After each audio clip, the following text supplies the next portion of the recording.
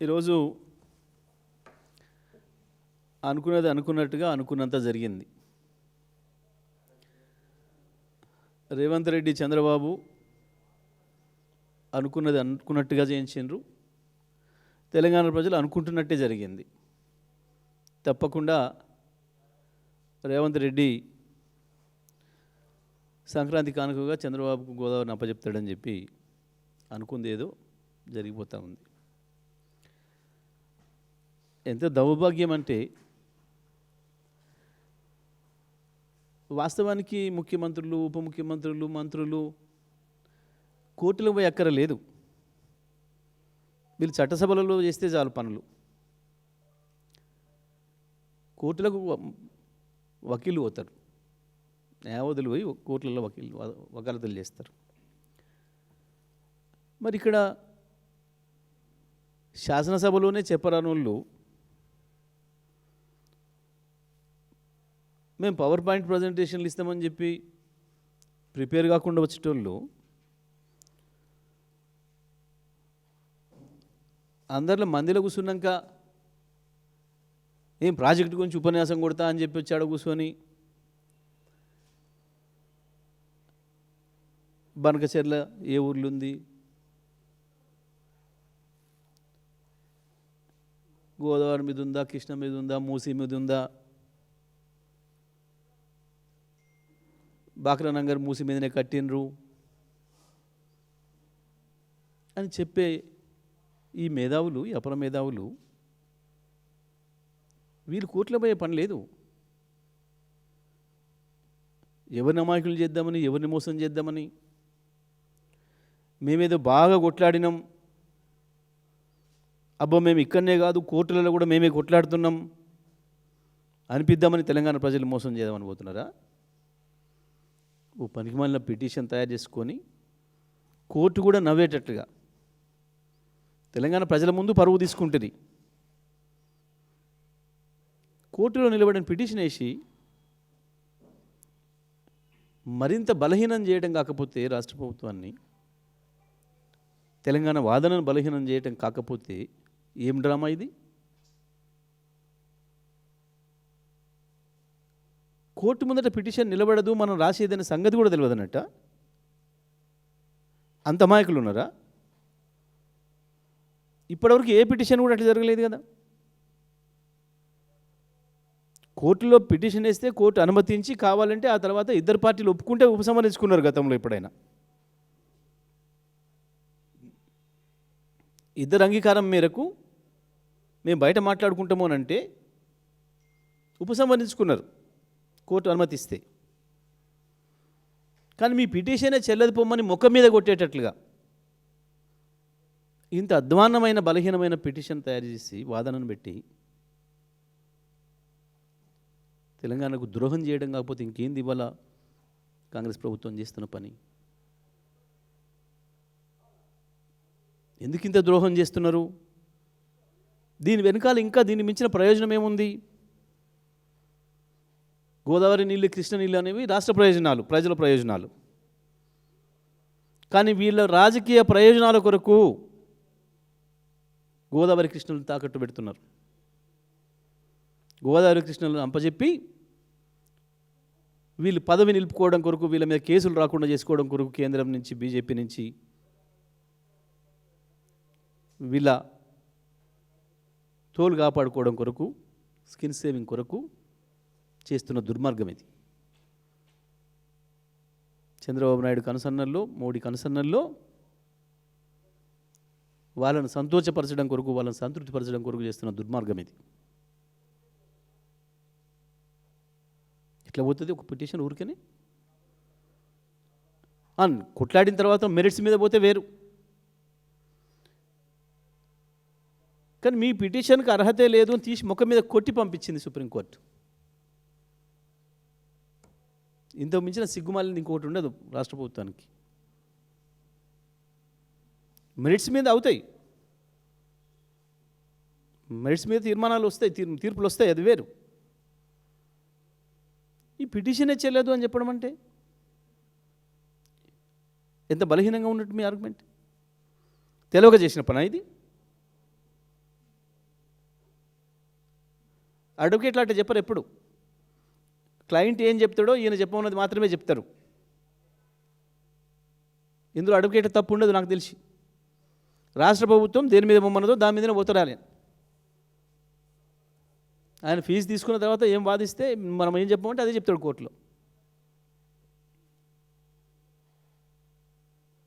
100% రాష్ట్ర ప్రభుత్వం ఎంచుకున్న మార్గమే తప్పు. ఇది కావాలని చంద్రబాబు నాయుడు గారికి సమయం ఇవ్వడం కొరకు కావలసిన పద్ధతుల్లో చేసిన తప్పుడు పిటిషన్ ఇది.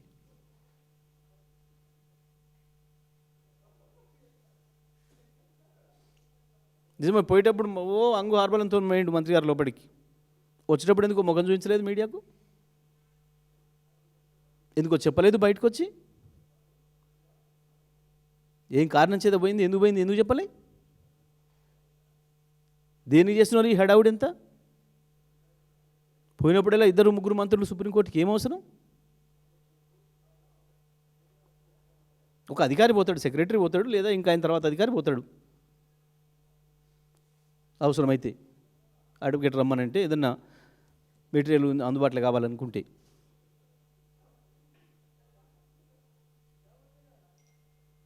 వాస్తవానికి సుప్రీంకోర్టు చెప్పడం కాదు, సాధారణమైన పిల్లవాడిని అడిగినా చెప్తాడు, ముందు నువ్వు అపెక్స్ కౌన్సిల్లో పెట్టాలి ఈ విషయం అనేది. కనీసం మీరు అపెక్స్ కౌన్సిల్ పెట్టమని డిమాండ్ చేయలే, దాంట్లో మీ అభ్యంతరాలను చెప్పలే.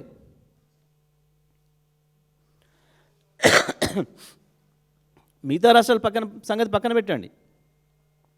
మొట్టమొదటి మీకున్న హక్కు అపెక్స్ కౌన్సిల్ పెట్టమని డిమాండ్ చేయాలి కేంద్ర జలశక్తి మంత్రి ఆధ్వర్యంలో. అందులో నీ అభ్యంతరాలను చెప్పాలి. కనీసం నువ్వు కోర్టుకు పోవడానికి ఒక ఆధారం అవుతుంది. కానీ ఇది ఏది లేకుండా తెలిసి ఒక పథకం ప్రకారం తెలంగాణ ప్రజలందరికీ విజ్ఞప్తి చేస్తున్నాం, ఇది అనుకోకుండా జరిగిన పని కాదు. ఈ పిటిషన్ కూడా చంద్రబాబు నాయుడు గారు ఇక్కడికి వీళ్ళకి ఏదైతే అప్పచెప్పిండో ఆయన మనుషుల్ని అధికారులుగా వాళ్ళ డైరెక్షన్లో రాయబడ్డ పిటిషన్ ఇది, వాళ్ళ డైరెక్షన్లో వేయబడ్డ పిటిషన్ ఇది.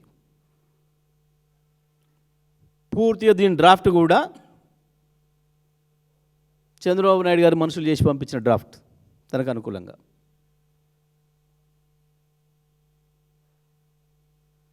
అందుకే కనీసం విచారణకు అర్హత లేదని చెప్పి పంపించేశారు ఆయనకి. ఇంత దుర్మార్గం జరుగుతుంది. నిజమే, నేను మొన్న దేంట్లో ముఖ్యమంత్రి మాట్లాడుతుంటే చూసిన, నేను ఒక్క మాట చంద్రబాబు నాయుడికి చెవులో చెప్తే రాయలసీమ లిఫ్ట్ ఇరిగేషన్ ఆపేసిండు అని. నిజమే కదా, మీడియాలోనే వచ్చింది. నేను చంద్రబాబు నాయుడుకు రూమ్లో తీసుకుపోయి చెవులో చెప్తే ఒక్క మాట రాయలసీమ లిఫ్ట్ ఇరిగేషన్ ఆపేసిండు అని. మరి చంద్రబాబు నాయుడు గారికి చెవులో చెప్తే రాయలసీమ లిఫ్ట్ ఇరిగేషన్ ఆపినోడు మరి బనకచెర్లను కూడా ఆపమని ఎందుకు చెప్పలేను? ముఖ్యమంత్రి మాటల్లోనే స్పష్టంగా అర్థమవుతుంది. ఆయన కనుక చెప్పితే చంద్రబాబు నాయుడు వింటాడు, ఏదైనా చేస్తాడు అని ముఖ్యమంత్రి చెప్పిండు స్వయంగా. మరి నువ్వు చెప్తే రాయలసీమ లిఫ్ట్ పని సగం అయిపోయిన లిఫ్ట్ని ఆపినోడు మొదలే పెట్టని బనకచెర్లను ఎందుకు ఆపుతలేడు అంటే ముఖ్యమంత్రి చెప్తలేడు అన్నట్ట.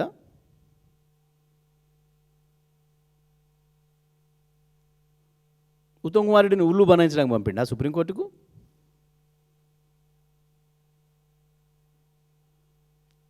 ఉత్తమ్ కుమార్ రెడ్డిని ఉత్తర కుమార్ని చేద్దామని పంపిండా సుప్రీంకోర్టుకి? దేనికి పోయినట్టు? మరి రాయలసీమ లిఫ్ట్ ఇరిగేషన్ విషయంలోనే చూపించిన నీ ప్రతిభను ఎందుకు బనకచెర్ల విషయంలో చూపిస్తలేవు రేవంత్ రెడ్డి? ఎందుకు పాలమూరు రంగారెడ్డి లిఫ్ట్ ఇరిగేషన్లో చూపిస్తలేవు? ఎందుకు అనుమతిస్తలేవు దానికి? చాలా కోసరి కదా, ఎగిరెగిరి దునికితివి కదా. కేసీఆర్కు పని చేయించుకోరాలే ఢిల్లీతో మంచిగా ఉండి, ఢిల్లీతో అనవసరంగా పంచాయతీ పెట్టుకుండు. నేను చూడు ఎట్లా చేయించుకొస్తానో, తెగ కోతలకు వస్తేవి కదా. ఎందుకు ఇప్పుడు తెస్తలేవు?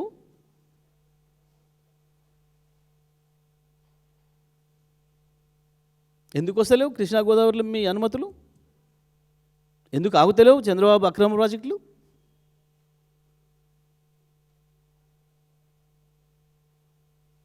దేనికి సంకేతం ఇది? 100% మీ మిలాఖత్కి మీ చీకటి ఒప్పందాలకి కేంద్ర ప్రభుత్వం నుంచి, బీజేపీ నుంచి నువ్వు రక్షణ పొందడానికి, నీ పదవిని కొనసాగించుకోవడానికి, నీ పదవిని కాపాడుకోవడానికి, నీ మీద కేసులు రాకుండా ఉండడం కొరకు కృష్ణా గోదావరి జిల్లాలను అప్పచెప్తున్నావు చంద్రబాబు నాయుడుకి, ఆంధ్రప్రదేశ్కి. అసలు వీళ్ళకి ఎప్పుడు సోయలేదు. ప్రభుత్వం అనేది చాలా రొటీన్గా దానంతలో జరిగిపోతుంది తప్ప, అధికారుల మీద బతికి, అధికారుల మీద ఆధారపడి, అధికారుల దయాదాక్షిణ్యాలతో బతుకుతున్నది తప్ప ఈ ప్రభుత్వం పాలకులకి ఎంత మాత్రం సోయి లేదు, తీరిక లేదు, జ్ఞానం అసలే లేదు. ఎప్పుడు కూడా ఏ ఒక్కడికి అవగాహన లేదు ఇప్పటి వరకు. ఇన్నిసార్లు మేము అలర్ట్ చేస్తున్నా ఎప్పుడు సోయి తప్పే ఉంటున్నారు. ఫస్ట్ కృష్ణ మీద అదే జరిగింది. పోతుందిరా సాగరు, వెళ్ళిపోతుంది, తీసుకుపోతున్నారు, వాళ్ళ చేతిలో తీసుకుంటున్నారు, వాళ్ళ కబంధ హస్తాలకు పోతున్నది కేంద్రం చేతులకి అంటే గప్పుడు నిద్రమత్తు నుంచి లేచి సోయి లేకుండా మాట్లాడండి ఉత్తమ్ కుమార్ రెడ్డి ముఖ్యమంత్రి ఇద్దరు. కేసీఆర్ అప్పచెప్పిపోయిందని మాట్లాడినారు. కేసీఆర్ నల్లగొండకు వచ్చి 1,00,000 మందితో గర్జన పెట్టి నీ బట్టలు ఇప్పితే మొత్తం సాక్ష్యాలతో సహా చూపిస్తే, నేను పోయిందాక ఎదవా మన చేతిలో ఉందిరా నాగార్జున సాగర్, నేను దిగిపోయే రోజు దనక అని చెప్పి చూపిస్తే గవ్వాలమల్లో డ్రామా కొట్టి వచ్చి అసెంబ్లీలో తీర్మానం పెట్టినారు, మేము ఇయ్యము సాగర్ని. ఎందుకు? మీకు దమ్ము లేదు కొట్లాడడానికి కేంద్రంతో, మీకు దమ్ము లేదు కేంద్రంతో కొట్లాడడానికి. లాగులు దడుస్తున్నాయి మీకు మోడీతో పెట్టుకోవడానికి. దాని కొరకు అసెంబ్లీలో పెట్టిండ్రు. అందరూ కలిసి అంటే పెట్టిన సార్ నేను చెప్పుకోవడానికి సాటుగా పై. మళ్ళీ గోదావరి మీద అదే బనకచెర్ల సమస్య కూడా, బనకచెర్ల ముందుకు పోతుంది అని చెప్పి మేము మా పార్టీ నుంచి చెప్పిన దానిక మీకు సోయి లేదు, సోయి తప్పి పండినరు. మళ్ళీ మేము బీఆర్ఎస్ నుంచి మేల్కొల్పిన తర్వాత మళ్ళీ మొదలు అదే ఏదో విషయాలు వేసారు. కేసీఆర్నప్పుడు ఒప్పుకుండు, కేసీఆర్నప్పుడు పోయింది. కేసీఆర్ ఉన్నప్పుడు ఎట్లా వచ్చినాయో నీళ్ళు, నాగార్జున సాగర్ను సొంత మోటార్లాగా మన ఇంట్లో మన బావి మోటార్లాగా ఎట్లా ఒత్తుకున్నామో, 17 పంటలకు ఎట్లా నీళ్ళు ఇచ్చినామో మొత్తం చూసిర్రు సాగర్ ప్రజలు, నల్గొండ జిల్లా ప్రజలు. ఎస్ఎల్బీసీని మన ఇంటి సంస్థలాగా ఎట్లా వాడుకున్నామో చూసిండ్రు, మన ఇంట్లో మోటార్లాగా ఎట్లా వాడినామో చూసిండ్రు. ఇవాళ మీరు వచ్చిన తర్వాత మీ నిర్వాహకం ఏందో చూస్తున్నారు ప్రజలు. కేవలం వాటాల పంచాయతీ, కమిషన్ల దందాలు తప్ప, ఒకటి సాటుగా ఒకటి ఢిల్లీకి మూటలు పంపి పదవులు కాపాడుకునే ప్రయత్నం తప్ప ఒక్కనాడంటే ఒక్కనాడు కూడా రాష్ట్రం పైన, పరిపాలన పైన సోయలేదు.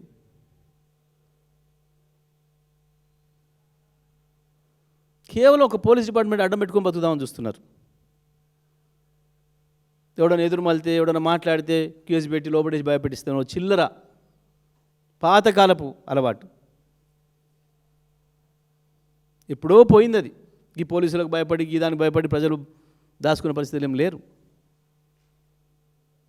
ఎప్పుడు ఏ సందర్భంలో ఎట్లా చేయాలో ప్రజలకు తెలుసు.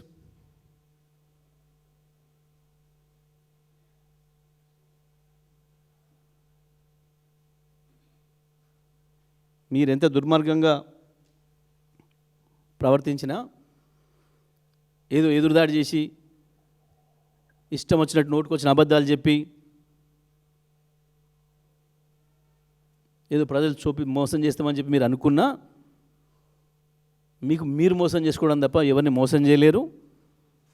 తప్పకుండా బీఆర్ఎస్ పార్టీ ఉంది, టీఆర్ఎస్ పార్టీ ఉంది, కేసీఆర్ ఉన్నాడు తెలంగాణ ప్రజల తరఫున కొట్లాడడానికి.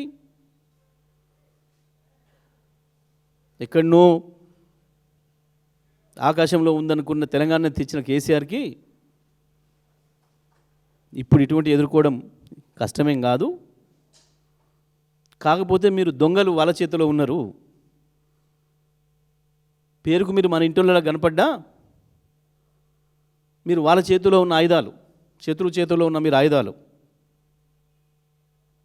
ఆ ఒకటే ఆటంకి మాకు. అవాళ మేము బ్రహ్మాండంగా కొట్లాడినాం, ఇవాళ కూడా కొట్లాడతాం. కాకపోతే ఆయుధం మీ చేతిలో ఉంది, దాన్ని అవతల వాడి కొరకు వాడుతున్నారు. అవాళ ప్రాంతేతరుడు కాబట్టి ప్రాంతం అవతలి పారదోలినాం. ఇవాళ ప్రాంతం వాడివే చేస్తున్న ద్రోహం ఇది. తప్పకుండా మిమ్మల్ని పాతరేయడం ఖాయం, తెలంగాణ హక్కుల్ని కాపాడడం ఖాయం. కృష్ణా గోదావరిలో మన వాటాల్ని కాపాడుకోవడం కొరకు మరొక ఉద్యమాన్ని తీసుకొచ్చి ఎంత దూరం పోయినా సరే తెలంగాణ ప్రజల హక్కుల్ని కాపాడుతాడు కేసీఆర్, అందులో సందేహమేం లేదు. బీఆర్ఎస్ పార్టీ గులాబీ ఎండా పుట్టిందే దాని కొరకు. తప్పకుండా ఆ పనిలోనే ఉంటుందని చెప్పి తెలియజేస్తూ తెలంగాణ ప్రజలందరికీ కూడా విజ్ఞప్తి చేస్తూ ఉన్నాం. ఇది చాలా స్పష్టంగా తెలంగాణ రాష్ట్ర ప్రభుత్వం ఆంధ్రప్రదేశ్ ముఖ్యమంత్రి గారితో చేసుకున్న చీకటి ఒప్పందంలో భాగంగానే ఇవాళ ఈ సుప్రీంకోర్టులో పిటిషన్ను తిరస్కరించడం జరిగింది. ఆ రకమైన పిటిషన్ను తయారు చేయించింది కూడా చంద్రబాబు నాయుడు గారు ఇక్కడికి పంపిన అధికారులే. వాళ్ళని ఎవరినైతే ఇవాళ ఇక్కడ ఈయన పెట్టుకున్నాడో సలహాదారులుగా, అధికారులుగా మన ప్రభుత్వం, ఇది వాళ్ళ చేత తయారు చేయబడ్డ పిటిషన్ కాబట్టే ఈ రకంగా జరిగింది. ఇది తెలంగాణ ప్రజలందరూ కూడా గమనించాలని చెప్పి విజ్ఞప్తి చేస్తూ ఉన్నాం.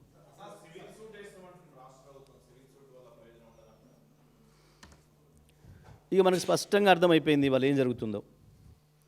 ఇంకా దానికి శశబిషలు ఏం లేవు. ఇంకేదో ప్రజలకు అర్థం కాని పదాలు చెప్పి తప్పించుకుందాం అనుకుంటే దాగదు. ఒక పిటిషన్ను తీసుకోకుండా నీ ముఖం మీద కొట్టి పంపించే స్థాయిలో గంత దరిద్రంగా పిటిషన్ తయారు చేసినారంటే ఇంకా వీళ్ళు ఏందో సూట్లేసి ఏందో వేసేసి పీకుతారంటే ఎవడన్నా నమ్ముతారా?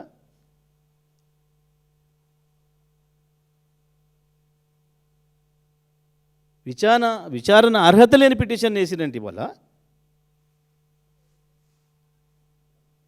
ఇంకా వీళ్ళ ఉద్దేశం ఇంకా వేరే వెతకాల్సిన అవసరం ఉందా మనం?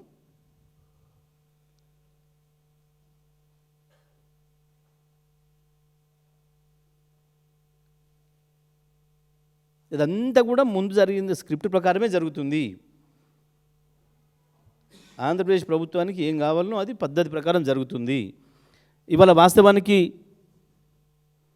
ఒక మాటలు చెప్పాలంటే అవతల వైపు మా మిత్రులు కొంతమంది అప్పుడప్పుడు అంటున్నారు, వింటున్నాం, రెండు రాష్ట్ర ప్రభుత్వాలు మాయే కదన్నా అని మాట్లాడుతున్నారు వాళ్ళు. రెండు ప్రభుత్వాలు మావే కదన్నా అని మాట్లాడుతున్నారు. గా స్థాయికి వచ్చింది తెలంగాణ ప్రభుత్వం పరిస్థితి.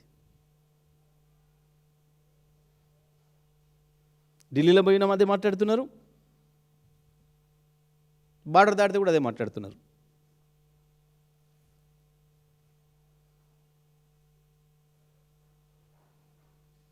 ఇంకా ఇటువంటి వాళ్ళు వీళ్ళు ఇంకా తెలంగాణ హక్కులు కాపాడతారు. తెలంగాణ పట్ల సోయిందా వీళ్ళకి?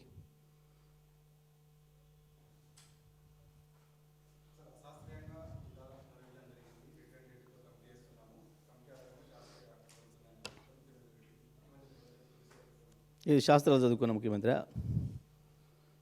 శాస్త్రవేత్తల ముఖ్యమంత్రి, డాక్టర్ ముఖ్యమంత్రి?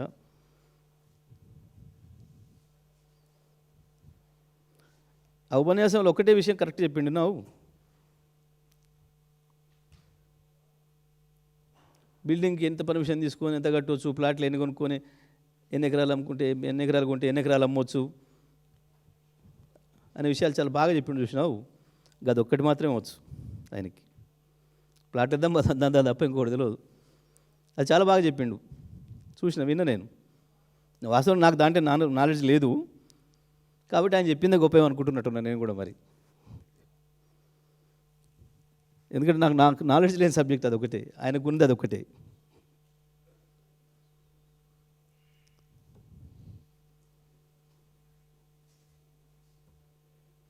ఏం లేదు, మంత్రులందరినీ బండబెట్టిండు, ఇక ఇటువంటి ఇచ్చి పంపిస్తున్నాడు. ఏ శాఖలు ఏం జరుగుతుందో వాళ్ళకే తెలుస్తలేదని వాళ్ళే మొత్తుకుంటున్నారు. బహుశా నాకు తెలిసి ఈ పిటిషన్ కూడా ఉత్తమ్ చదివినాడో లేడో.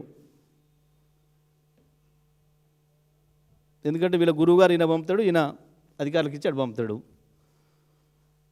నేను ఒక మంత్రి నేను సంతకమే పెట్టలే, నాకు ఫైలే రాలే, అక్కడ జరిగిపోయింది పని అంటున్నాడు. కొంతమంది చెప్పుకోలేక లోపల ఏడుస్తున్నారు. అందరు చెప్తుంది ఒకటే మాట, అన్న మమ్మల్ని ఏం బతకనిస్తలేడే, దందంతా ఆయనే చేసుకుంటుండు, ఆయన కుటుంబ సభ్యులు అన్ని దందాలంతా అటే, మాదేం లేదు, మేము ఉత్తనే బుక్ చేసుకొని తిరుగుతున్నాం, ఊకి ఇంటికాడ కూర్చుంటే మా వాళ్ళు ఏమనుకుంటారు అని ఉత్తనే తిరిగి వస్తున్నాం రోడ్ల మీద అని మాట్లాడుతున్నారు వాళ్ళ మంత్రులే.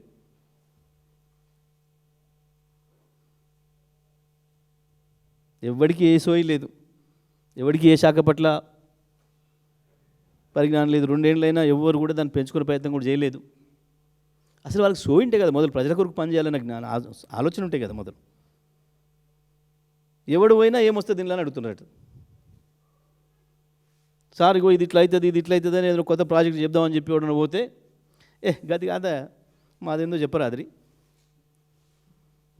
ఇట్లా మాట్లాడుతున్నట్టు. వాళ్ళు వచ్చి చెప్పి నవ్వుకుంటున్నారు.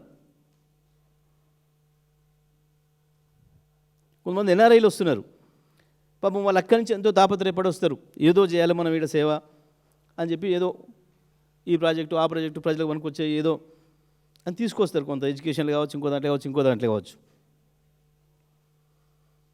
వాళ్ళు పాపం పని కట్టుకొని, ఎందుకంటే అక్కడి నుంచి నుంచి దానికి వచ్చిన వాళ్ళు అడిగి పోయి ఏదైతే పాపం వీళ్ళతో నారాజు అవుతారో వెతుక్కొని మా దగ్గరికి వచ్చి చెప్పిపోతున్నారు, అన్నా ఇదేం ప్రభుత్వం ఇంత దుర్మార్గమా, మేమేదో సమాజానికి ఉపయోగపడుతుందని ఒకటి పట్టుకొని వస్తే దాంట్లో మనదేందో చూడమని చెప్పి ఆ సెక్రటరీ పిలిచి చెప్తున్నారు. గదంతా మనవాడు వింటాం కానీ అందులో మనదేమో ఉందో చూడమంటున్నారు అని చెప్పి చెప్పిపోతున్నారు. అది ఈ ప్రభుత్వం.